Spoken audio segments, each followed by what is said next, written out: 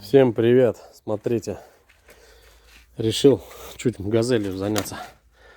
Вот сегодня я буду менять вот эту штуку. Поздно как бы стал снимать. Ну ладно, как начинающий. Смотрите, вот такой вставочку купил ремонтную. Вот так вот. Да, сюда. Наверное, знаете как. Я так, может, кто-то не знает, может, кому-то интересно. В общем, нарисовал, сделал чуть ниже. Сейчас отковыриваю вот эту вот гнилушечку.